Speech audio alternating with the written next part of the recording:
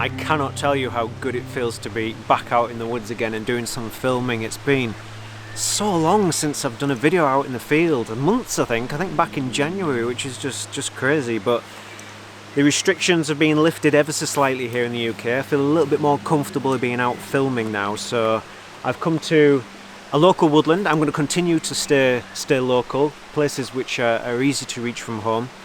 Obviously I'm here in complete solitude, just on my own in this very quiet location. And where I am is just a magical spot. I absolutely adore it here in springtime. It's nice to see that some of the bluebells are still looking really good. The wild garlic looks fantastic. What the hawthorn blossom is coming out and peaking now. So yeah, very, very thankful to be here. It feels good, and to just feel relaxed about being here as well is really nice. So you might notice behind me there's a lot of harsh contrasty light, which you might think, well, that's not, what you're doing, that's not your typical conditions that you look for, Simon. But do you know what, over the last couple of months it's all we've really had. We've had so much dry, sunny weather, no mist, no fog, hardly any rain. And I thought, well, I'm just going to waste time waiting for that. Let's make the most of what we've got. I have loved it. I've really enjoyed this kind of warm, dry weather and working under blue skies. Just ambient light, late evening light, a little bit of warm reflected light as well. And apart from anything else, because there's not those magical conditions which can sometimes help to make an image, it just really makes you work hard on the composition and all the different features and the fine details. The attention to detail becomes even more important, I think. So that's what I'm looking for this evening. Just wait for that sun to drop a little bit lower, and I just want a little bit of ambient glow, just some really nice trees, maybe a bit of wild garlic, some bluebells, just some nice colour, and just work for something which just might still have a mood, but something a bit more uplifting, calming, a touch of serenity would be really nice. But yeah, let's keep on wandering. Good to be back out with Meg as well, and see what we can find.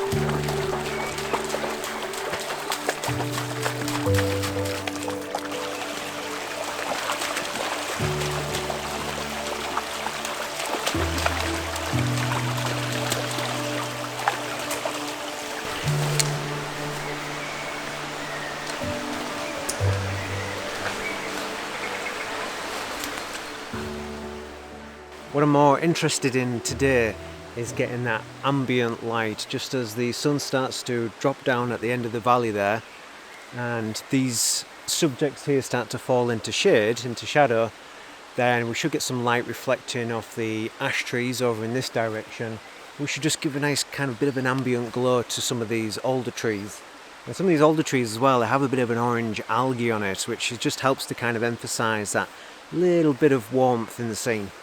The river's been in flood, and there's a kind of a gravelled, pebbled area that's forming a nice sort of solid base foundation for the composition. And then the wild garlic again, there's another section of that, and that just kind of disappears up the hillside.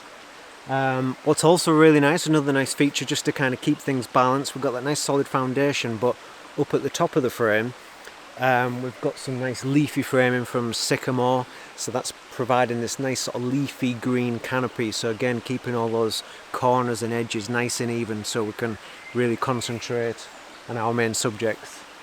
But overall, like I said, yes, these things might look great in mist or heavy rain, something like that, but I love this, and apart from anything else, just as the sun's coming down in the valley there, it's just incredibly peaceful. The birds are singing, like I say, the colour, springtime, flowers look fantastic, and the conditions I think just suit the atmosphere of the location and the season. I think is really nice. And yeah, I've said many times that mist and fog are not the secret to successful woodland photography. Some working in whatever conditions you're presented with and trying to make really nice compositions is extremely rewarding.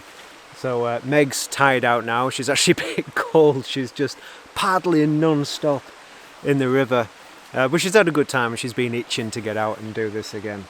But yeah, fantastic. So I've taken in more left to right than I actually need, because I intend to crop it to a 5:4. That aspect ratio for me just sort of seems to bring in all the features that I want.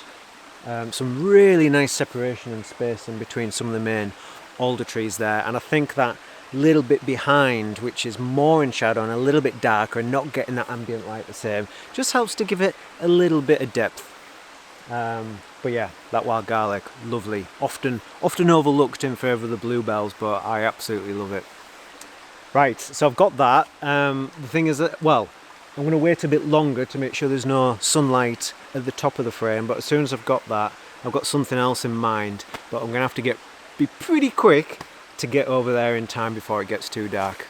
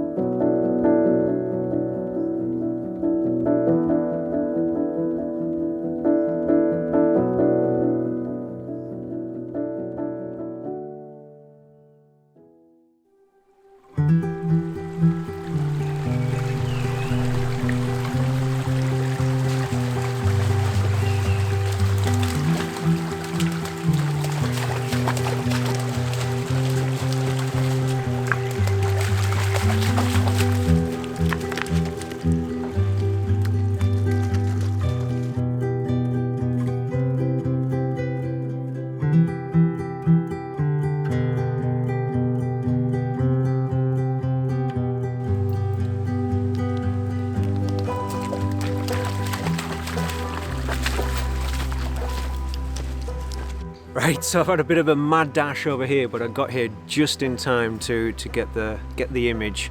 But it's actually a really fun area to explore here. And what I tend to do is, because the stream is very shallow, I just walk up and navigate the valley just by walking straight through the middle of the stream. And I think because there's not really much in the way of footpaths, it's really just deer tracks. It's a really nice way to navigate the valley and avoids trampling any bluebells and wild garlic unnecessarily. The only thing is, it can get a bit slippy. When I was dashing over here to get here quickly, yeah, I was all over the place, but good fun, and I got here in one piece. So I do have a previous version of this image, but I wanted to try it again because I think it captures what I wanted to achieve this evening. We've got the blue sky, the wind's dropped, it's beautifully calm and has a lovely spring feel to it. The temperature's just dropped as well. I wouldn't be surprised if there's a frost overnight. But the sunlight hitting the trees here, the oak trees and the alder trees, is just enough to kind of bounce some ambient light back onto these subjects. So we've got the ambient light illuminating this leaning tree here. That's just catching the light really nicely. We've got the darkness of the grouping of the bold trees over on the right hand side. And then we've got the distant tree, which is catching some ambient light, but is also backlit from the setting sun, which is giving a contrast of colour because it's lifting those lovely fresh spring leaves, giving it a little bit of a limey glow. Works really well and contrasts with the bluebells here. Also contrasts nicely with those darker greens. Behind that distant tree is another area of bluebells, which provides some balance with the bluebells in the foreground here, which is quite nice. And I just love the dynamics of the image. You could argue that it's an image of two halves, but I don't think it is. I just think the two work really well together with these bold straight lines over on the right hand side. and then the curvy squiggly branches of the distant tree. I just think they complement each other well, and because of those contrasting shapes, it adds a bit of depth and a bit of separation to the image. So we've got the depth with the differences in colour and light, and the depth with the differences in form as well. So you don't need things like mist and fog. We're getting that depth and that atmosphere just by the nature of the soft light and the subjects and the colour. So yeah, I think it works really quite nicely. I'm quite happy with that, and it's just got that. I think it just does justice to the experience. You know, it's a lovely, calm, you know, relaxing evening, and it's just that little touch of serenity that I'm after. So yeah, quite happy with that. And with the same as the last image, I'm going to crop it to a 5:4. I think that works quite well.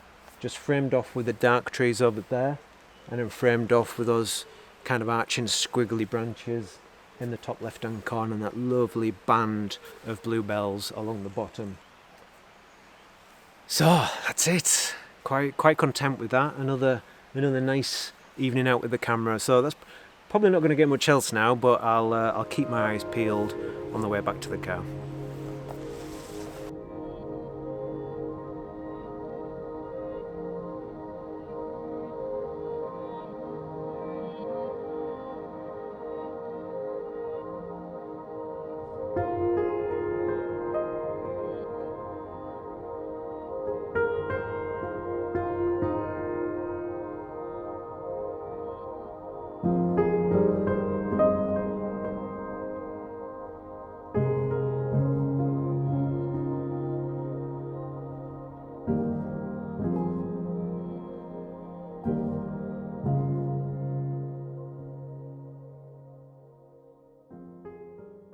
Right, that's us done, I think. I mean, you could argue that there's still some photographs to be had, because there is still quite a nice ambient glow in the trees, but it's getting late and I'm getting hungry, so I'm going to get back from my tea, and I might come out early tomorrow morning, but it'll be an extremely early start. But I hope you've enjoyed this episode.